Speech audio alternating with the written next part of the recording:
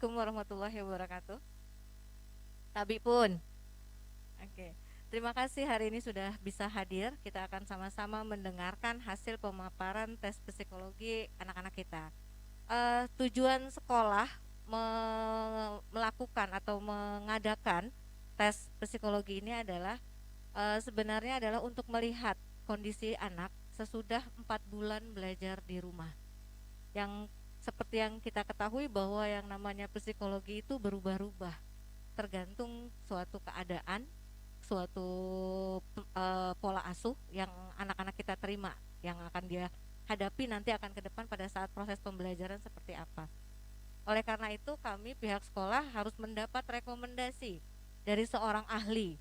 Nah demikian kami bekerja sama dengan Pak Agung dari Rumah Grahita yang memang sudah beberapa tahun ini ya Pak kita bekerja sama yang untuk memantau psikologi siswa dan siswi kami di sini.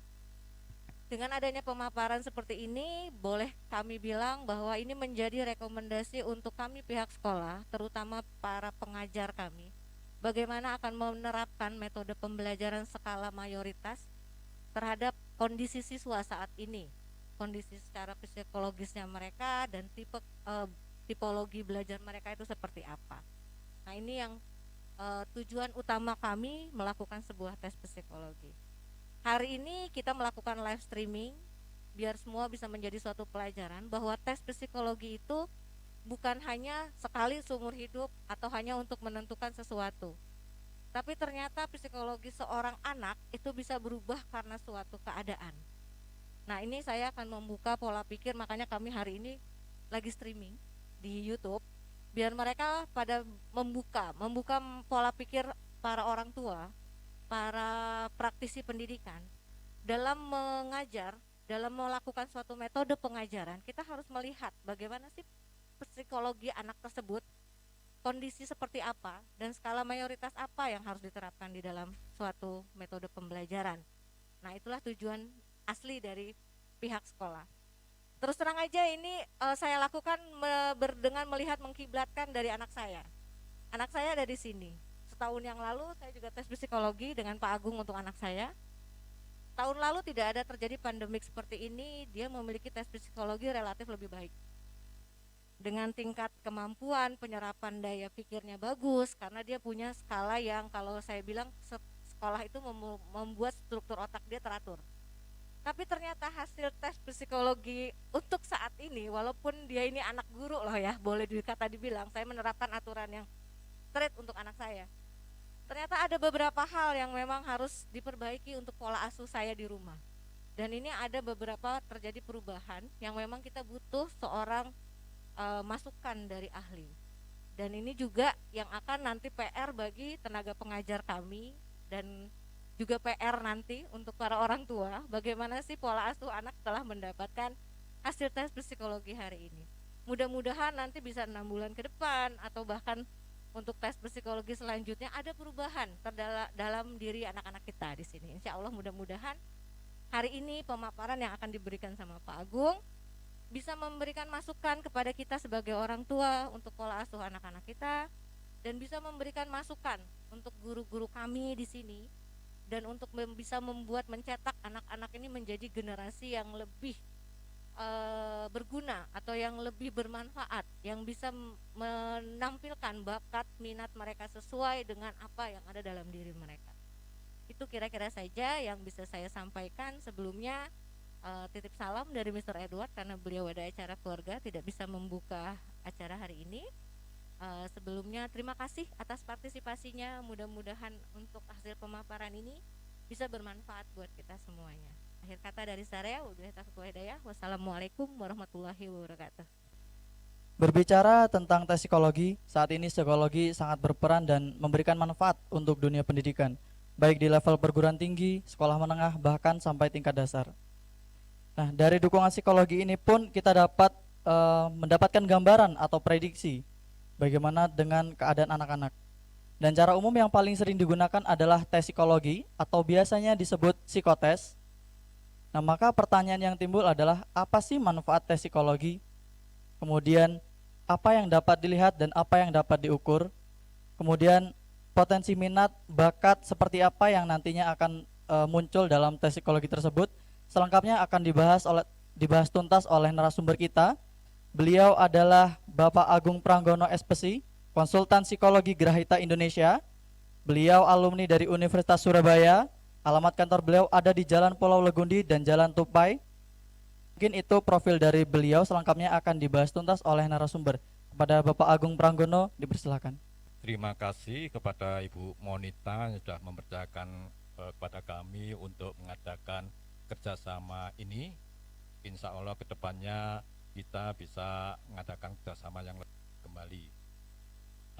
Kami juga ucapkan terima kasih kepada Bapak Ibu yang di sini disiplin, tepat waktu, dan dapat menghadiri undangan dari sekolah. Dan mungkin Bapak Ibu di sini menganggap bahwa pertemuan ini sangat penting sekali. Karena saya lihat ada beberapa kursi yang mungkin belum terisi, mungkin waktu kecil atau remaja jarang melihat bioskop ya, jadi gak suka nonton bioskop. Kalau yang duduk di sini mungkin suka nonton bioskop waktu remaja. Jadi ketika ada sesuatu yang di layar mesti tertarik. Baik, saya dari Psikologi Grahita Indonesia yang berpusat di Jakarta, tapi saya pribadi kepala operasional yang ada di Bandar Lampung. Ya, namun kalau bukan saya berarti bukan Grahita itu Bapak Ibu, karena banyak orang-orang Grahita yang sudah tidak di Grahita itu sekarang metode yang dipakai metodenya sendiri-sendiri, jadi metodenya tidak valid ya. Jadi di Grahita memakai metode yang namanya PMPO ya. Apa sih PMPO itu? Projective Multi Phase Orientation ya. Contoh, saya tanda tangan ya. Tanda tangan. Coba Ibu di contoh tanda tangan saya Bu. Ada spidol lagi nggak? Oh ini ada. Nah ini Bu, dicontoh tanda tangan saya ini Bu. Nggak apa-apa, nggak ada nilainya kok tanda tangan saya ini Bu. Ya, Sini Bu. Ya, nggak apa-apa, nggak ada nilainya, nggak usah takut, nggak ada salahnya. Ya. Oke, baik, terima kasih. Kira-kira sama apa tidak tantangannya Pak? Enggak ya. Jadi walaupun nyontoh tidak sama. Jadi anak Bapak Ibu kemarin yang dinilai itu bukan pinternya matematikanya berapa, menggambarnya bagus apa tidak dapat berapa, kemudian menghafalnya berapa, bukan itu yang dinilai. Tapi yang dinilai adalah grafologinya. Ya, jadi satu orang itu ada 354 grafis coretan-coretannya ini. Orang ini bergetar apa tidak ya. Kalau saya lebih tipis, Ibu lebih tebel, berarti orangnya lebih gede dibanding saya ya. Jadi orang menggambar itu menggambarkan karakter mereka sendiri. Orang menggambar itu bercerita tentang problematika orang itu tersendiri ya. Jadi orang itu tidak bisa mencontoh tanda tangan di bank itu, walaupun gampang, tapi Bapak Ibu nyontoh diletakkan di ultraviolet nggak akan sama tekanannya atau besar kecilnya ya. Jadi kami psikologi yang dilihat adalah grafisnya, jadi bukan nilai akademisnya. Itu yang harus Bapak perhatikan, Ibu harus perhatikan pertama kali ya. Jadi jangan beranggapan wah anak saya pinter matematika loh, tapi kok ternyata nilainya kok jelek di sini. Jadi bukan itunya yang dianalisa atau dilihat ya. Nah, untuk hasil PMPO ini ya, ini kami juga tidak sama dengan dermatologi ya. Ada yang pernah ikut psikotes dermatologi atau fingerprint orang bilang itu ya. Nah, itu mungkin sidik jarinya itu. Nah, ya. Ini bisa berubah enggak sidik jarinya Bapak Ibu? Tidak. Allah menciptakan ini untuk seumur hidup.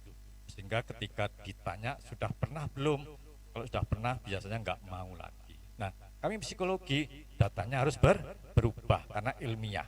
Ada fakultas psikologi. Namun semuanya itu saling melengkapi, membantu. Ya, kalau psikologi untuk melihat potensi orang, tapi kalau dermatologi itu sebetulnya dipakai oleh dinas kepolisian atau intelijen supaya orang ini tidak apa? Tidak melakukan pemalsuan. Contoh, maaf nih, saya cerita yang sekarang terjadi Joko Chandra, ya kan? Sudah berapa puluh tahun melarikan diri. Tapi ketika disuruh sidik jari di KTP-nya ternyata setelah dianalisa di kriminal, oh iya Joko Chandra ini.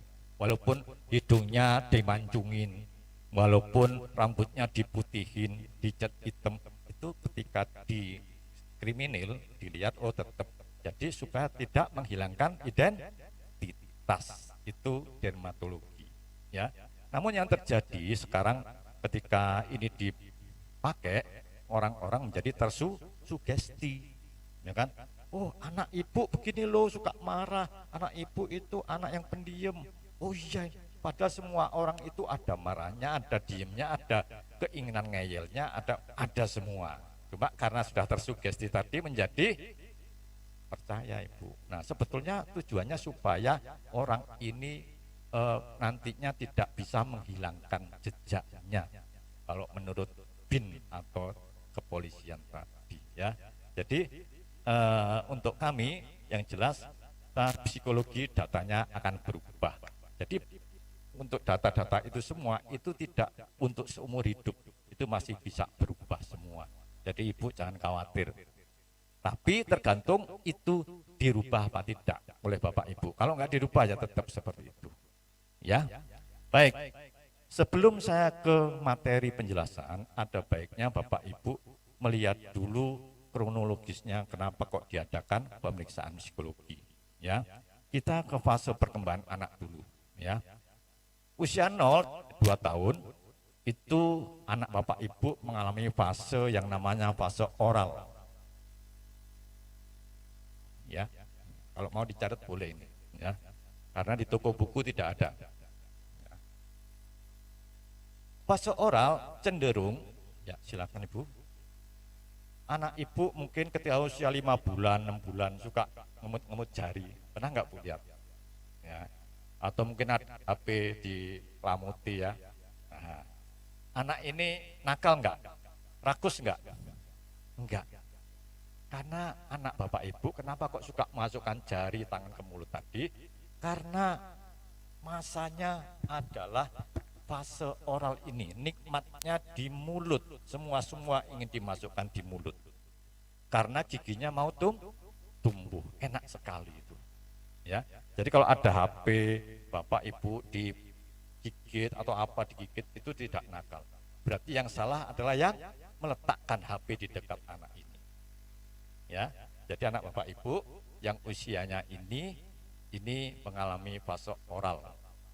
Ya. Lalu di usia 3 tahun, 4 tahun ini fasenya anal. Ya. Kalau oral tadi nikmatnya di mulut, ya kalau anal ya, saya bicara masalah kesehatan ya Bu, Pak.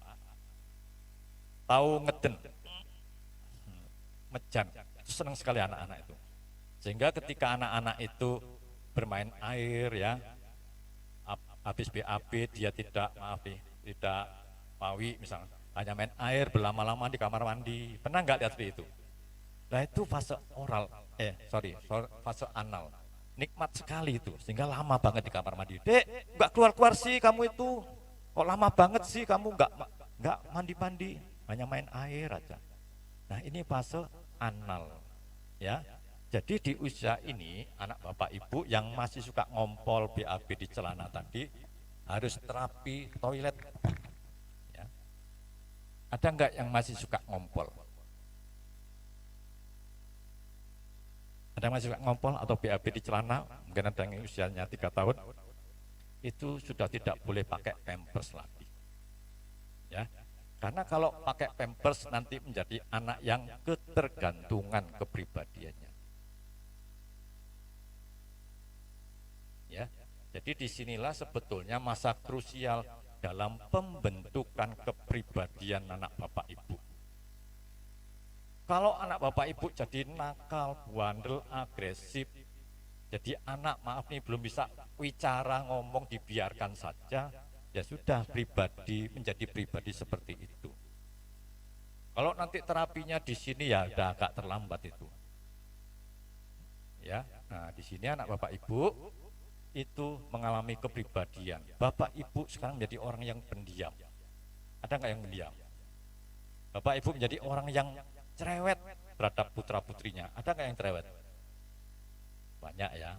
Bapak Ibu menjadi orang yang suka marah-marah. Ada nggak? Apalagi di saat tanggal tua gitu kan. Nah, itu diapain dengan orang tuanya dulu waktu di usia 4 tahun. Atau ketika AMNI BAB di celana ngompolan dimarahi terus, atau dipakai pampers, atau dibiarkan aja, itu kejadiannya di sini. Sehingga menjadi sebuah kepribadian Bapak Ibu yang sulit untuk dirubah. Ya, jadi Bapak Ibu ada orang pembunuh, ada orang mungkin kan banyak nih sekarang kriminal sampai membunuh. Ah, itu sebetulnya kalau diruntut di sini mengalami kesalahan pola asuh di sini. Ya. Kemudian usia 45 tahun, ini putra Bapak Ibu itu fasenya adalah kematangan sosial. Ya, jadi anak Bapak Ibu sudah harus sekolah, tapi sekolahnya bukan sekolah yang formal. Artinya sudah mulai mengenal lingkungan temannya, ya, mengenal dengan gurunya, orang tuanya seperti apa, ya.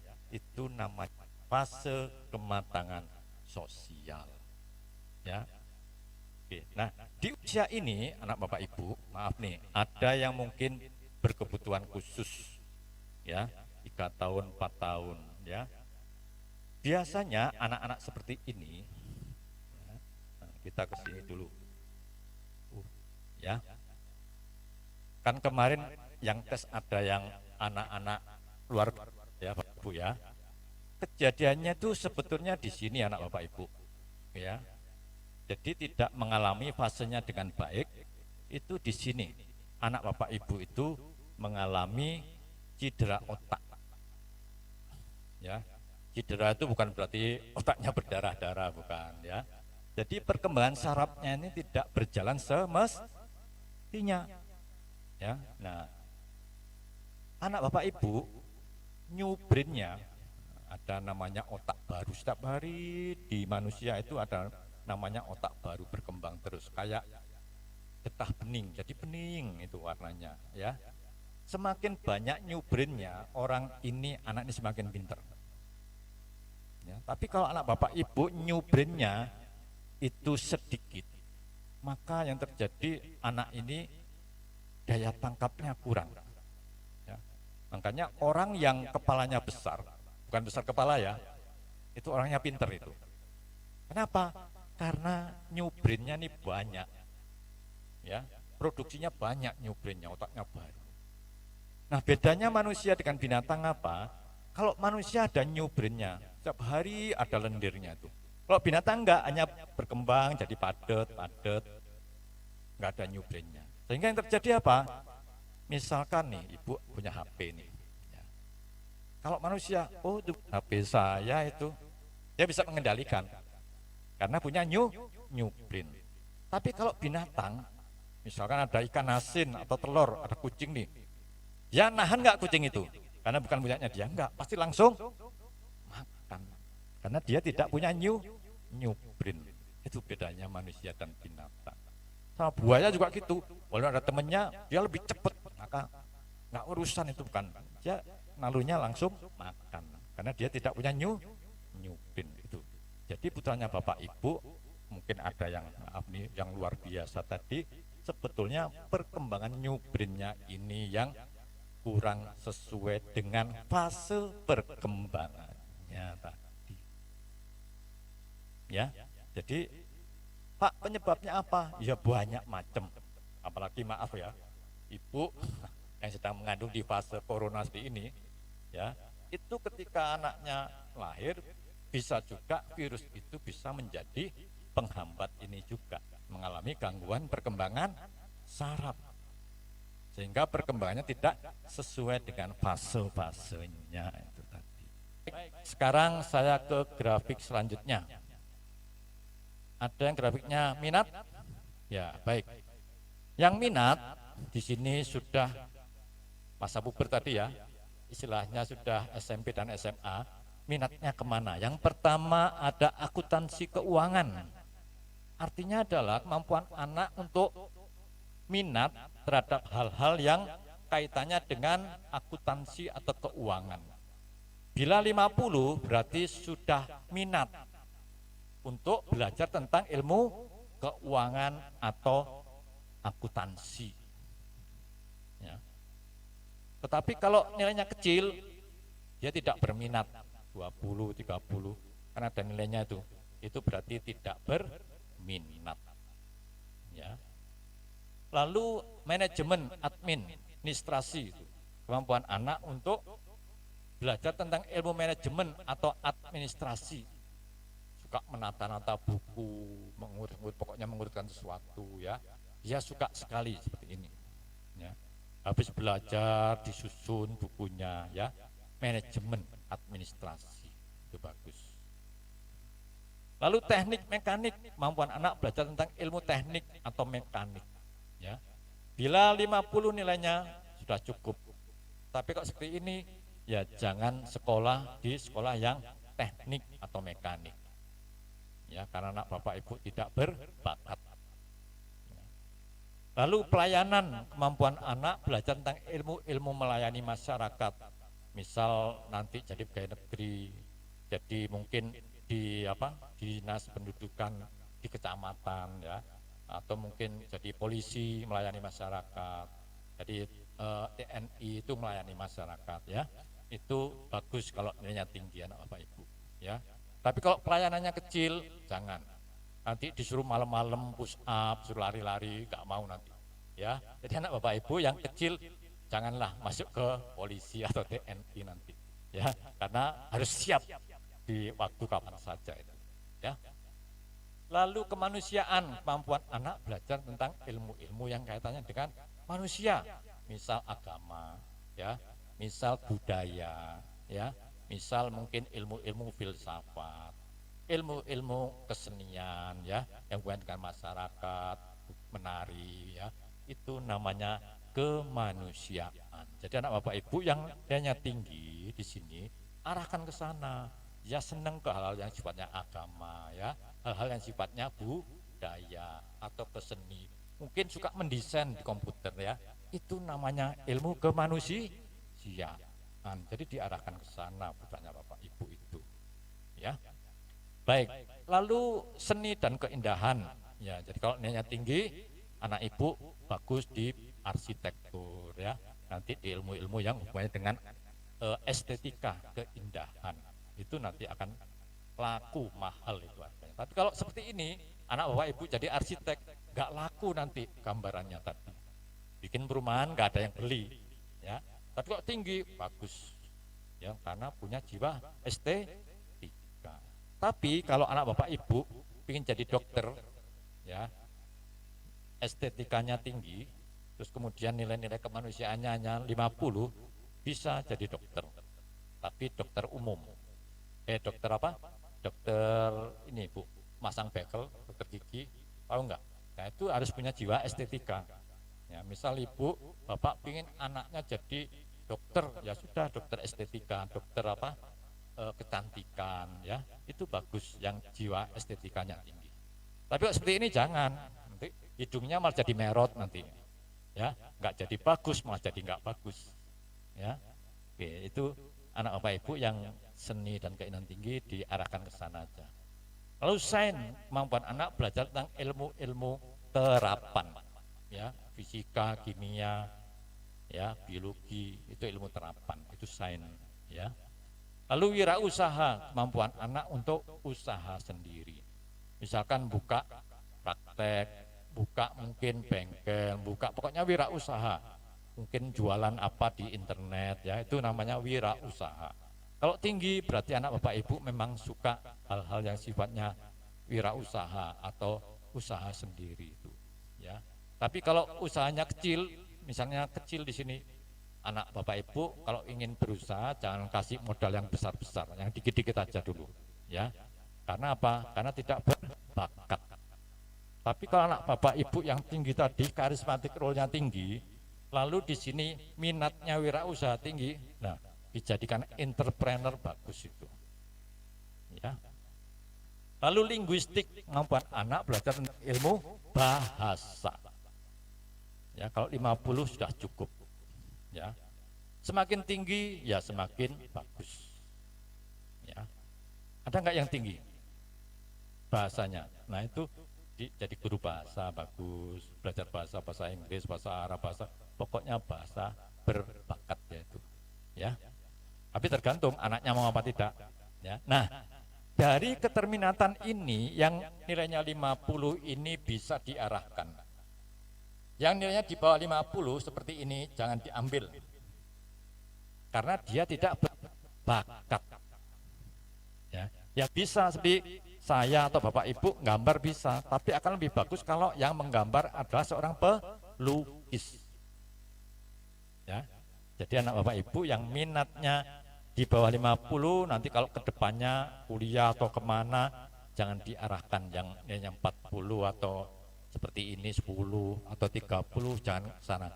Yang diarahkan yang ini 1, 2, 3, yang 50 ke atas 1, 2, 3 ini. Ya. Ada enggak putranya Bapak Ibu yang bicaranya enggak jelas? Nanti dipanjangkan saja ya. Ya misalkan ini 2 ya 3 dipanjangkan saja. Ya. Ada yang huruf R-nya belum lancar, belum kelihatan, masih cedal, ada enggak? Ya, itu nanti dipanjangkan aja. Nah, itu sebetulnya di sini anak ibu kalau di terapi cedal itu di sini, ya. Kalau 15 tahun itu sudah menjadi habit, kebiasaan, ya. Jadi nanti anak bapak ibu, maaf nih yang masih seperti putranya ibu ini, misalkan masih cedal atau bicaranya belum jelas tadi, ini dari bawah ke atas dirangsang kelenjar tiroidnya, ya dinaikkan. Ya, yang kedua.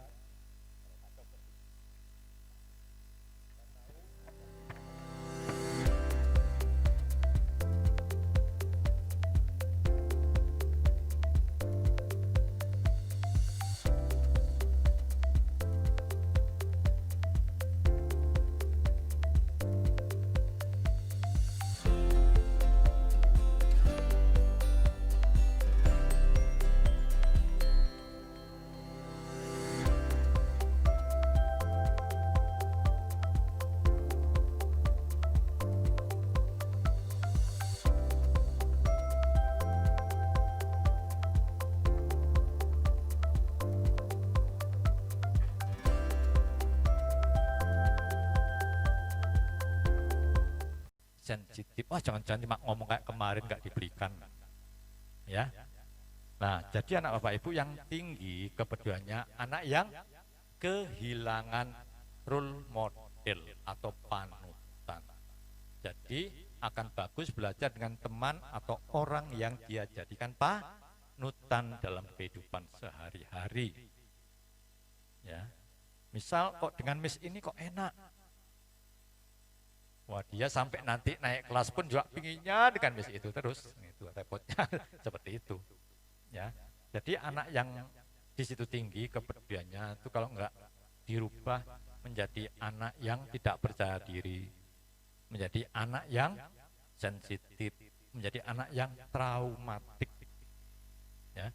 Nah, orang yang trauma itu biasanya orang yang perasa itu. Ya. Waduh, jangan-jangan aku nanti enggak lulus nih. Wah. Banyak kan anak-anak yang banyak kerasukan mau ujian itu kan banyak dulu itu. Kenapa?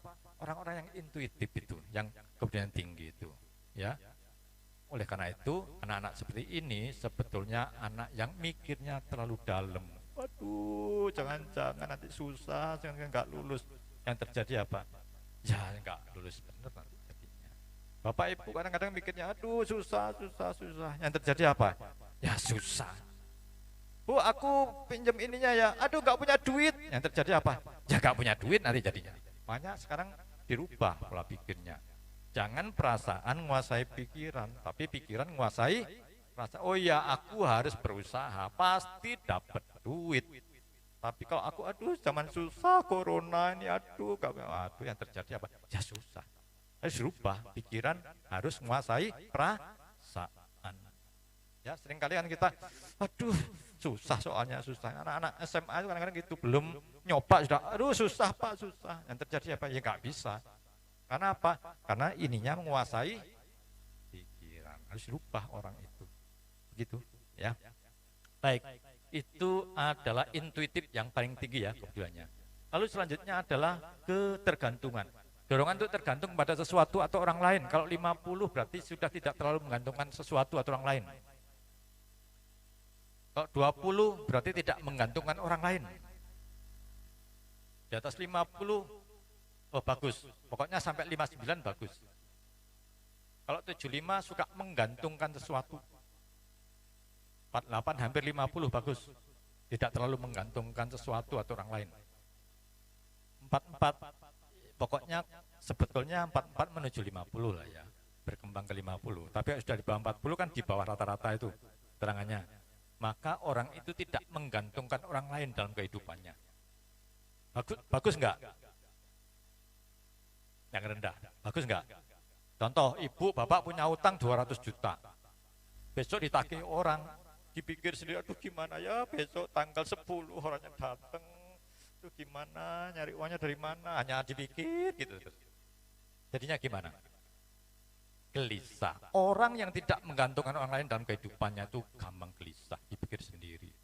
Ya, jadi orang itu yang bagus kadang-kadang bertanya, kadang-kadang tidak bertanya. Yang 50 sampai 59 itu yang bagus. Ya. Iya, apa-apa dipikir sendiri nanti anak ibu itu. Ya, mudah gelisah. Ya, baik. Jadi hasil itu yang nilainya tinggi itu menjadi penyebab nilainya kecil. Jadi yang kecil itu disebabkan yang grafik tinggi. Jadi supaya yang tinggi menuju ke keseimbangan, yang bagus kan 50 itu, maka yang tinggi harus diturunkan, yang kecil supaya naik menuju ke 50 itu. Kan itu saling berkaitan. Nah itu hanya kulit luarnya saja. Jadi anak ibu itu punya potensi sebetulnya, tapi belum dikembangkan. Contoh, misal ada orang tingginya 195, dia pasti orang melihat punya potensi main basket atau voli. Tapi kalau nggak pernah berlatih, jadi pemain hebat basket nggak sama. Anak ibu itu punya jiwa kepemimpinan, tapi nggak dieksplor.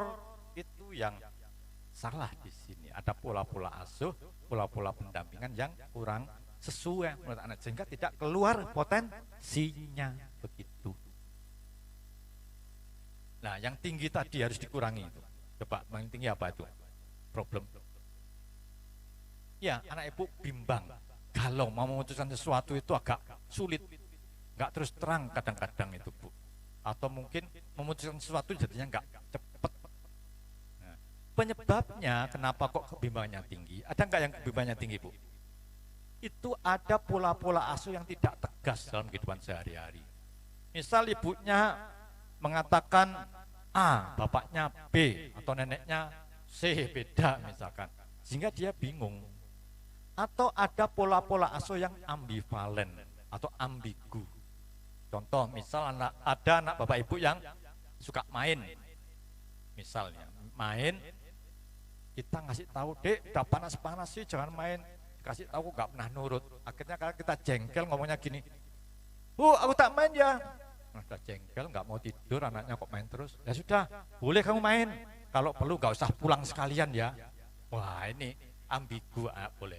Aku boleh main tapi gak usah pulang, nih gimana sih? Nah, ya jadi anak ibu solusinya berikan contoh-contoh pola asuh yang tegas. Kok iya ya iya, tidak ya tidak. Walaupun itu dijalankan atau tidak urusan nomor 2. Yang penting iya dan tidak. Dah gitu aja pola asuhnya. Karena kebimbangannya tinggi. Ya, karena anak ibu punya potensi jiwa kepemimpinan, tapi ada pola-pola asuh yang ambigu, nggak tegas, sehingga dia memutuskannya nggak cepat, nggak tereksplor jiwa kepemimpinannya. Itu penyebabnya. Ya. Ada lagi nggak yang beda? Baik. Lalu ada akan efektif melalui ada yang kata hati, ada nggak? Kalau yang kata hati, jangan menyuruh anak ini, tapi kita sendiri tidak melaksanakan perintah itu. Dek mandi, bapak sendiri belum mandi. Nah, dia suka memprotes. suka mengkritik. Jadi ketika nyuruh mandi, maka kita sendiri harus mandi dulu. Ya. Oke. Ada yang beda? Kalau panca indera berarti harus dengan sesuatu yang bisa dilihat oleh panca indera atau dipegang. Dek, coba kamu hitung ada berapa pensilnya? 1, 2, 3 panca indera. Ya. Tapi kalau di situ ada yang perasaan, ada enggak? Berarti suka menguji coba orang yang memerintah. Dek mandi, coba sih aku pura-pura enggak dengerin, diapain sih? Nah itu. Jadi harus tegas itu yang perasaan. Ya. Nah, cenderung suka apa? Menguji coba. Kadang-kadang jengkelin ini. Ya. Kata hati itu jangan menyuruh anak ini, tapi kita sendiri tidak melaksanakan perintah itu. Imajinasi diutamakan mengapanya dalam memberikan sebuah nasihat atau mungkin komunikasi terhadap anak ini. Contohnya gini, Dek, ibu nyuruh kamu makan kenapa sih? Supaya kamu nggak masuk angin kayak kemarin loh. Karena kemarin kamu lupa makan, jadinya kan sakit perut. Harus ada tujuannya mengapa tadi. Ya, jadi anak bapak ibu di sini inginnya pendekatan seperti apa, nggak sama, ada yang kata hati, ada yang perasaan, itu nanti diterapkan di rumah. Insya Allah akan berubah. Tapi kalau bapak ibu menurut hati nurani bapak ibu sendiri yang nggak akan berubah. Ya, karena anak ini akan berubah ketika lingkungannya juga merubahnya. Kalau nggak merubah, ya tetap seperti ini terus hasilnya. Ya, baik, itu adalah akan efektif. Lalu bawahnya lagi, itu dibaca sendiri apa itu, ya. Di bahasa Indonesia dibaca sendiri. Nanti kalau ada yang ingin ditanyakan lagi, bisa WA saya. Nanti saya jawab lewat WA atau mungkin ada yang mau telepon saya boleh, tapi jangan siang, sore saja kalau saya sudah sampai rumah. Ya. Ini kalau mau WA 0813 690 10412 0813 690 10412. Ya. Oke.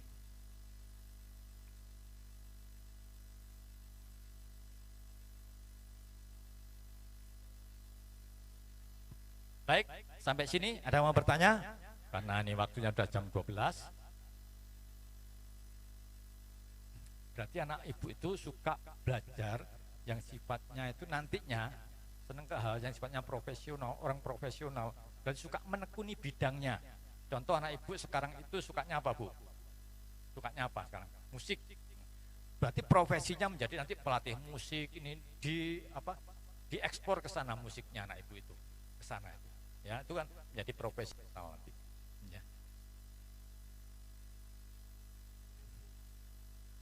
Ya, suka yang sesuatu sebab akibat atau ilmu terapan yang diuji cobakan. Nah, itu senangnya di situ, dipraktekkan. Ya, ilmu terapan. Ya, baik.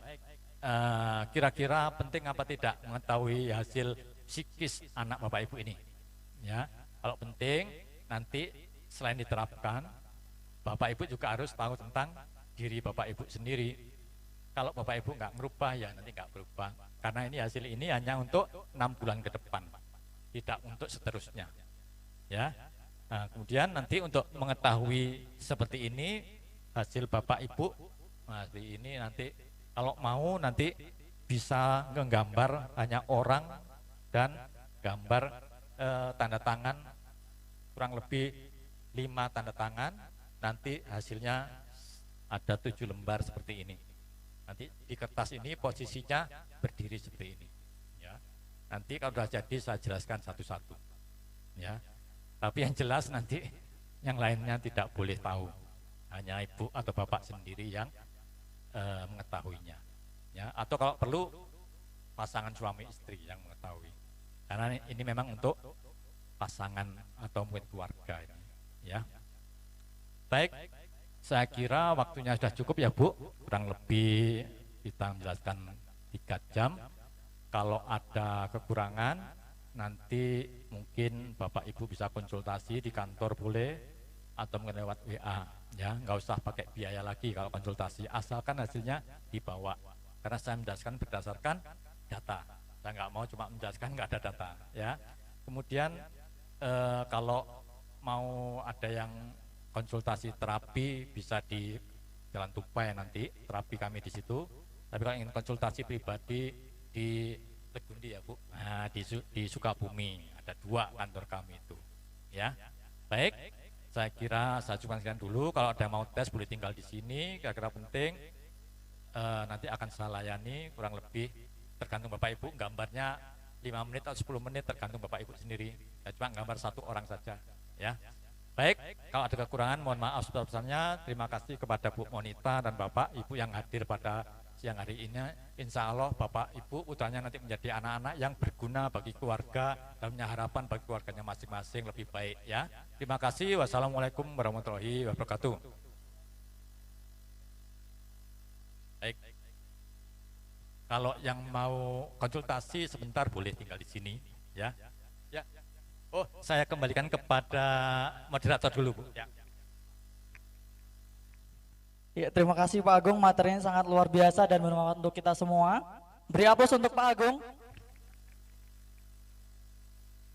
Iya, rangkaian acara demi acara sudah berlangsung, sudah kita lewati.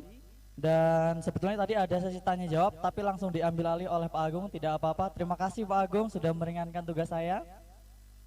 Dan juga terima kasih tadi tidak sampai 50 kali. Berikutnya sebelum saya tutup, sedikit kesimpulan yang ingin saya sampaikan adalah setiap anak memiliki fase perkembangan. Setiap anak memiliki perkembangan yang berbeda. Akan tetapi tugas orang tua dan guru adalah sama, yaitu membimbing, mengarahkan, mendidik setiap anak untuk memaksimalkan perkembangan dan kemampuan yang dimiliki. Mewakili segenap panitia yang bertugas, mohon maaf apabila ada tutur kata yang kurang berkenan. Saya akhiri, billahi taufiq wal hidayah. Wassalamualaikum warahmatullahi wabarakatuh.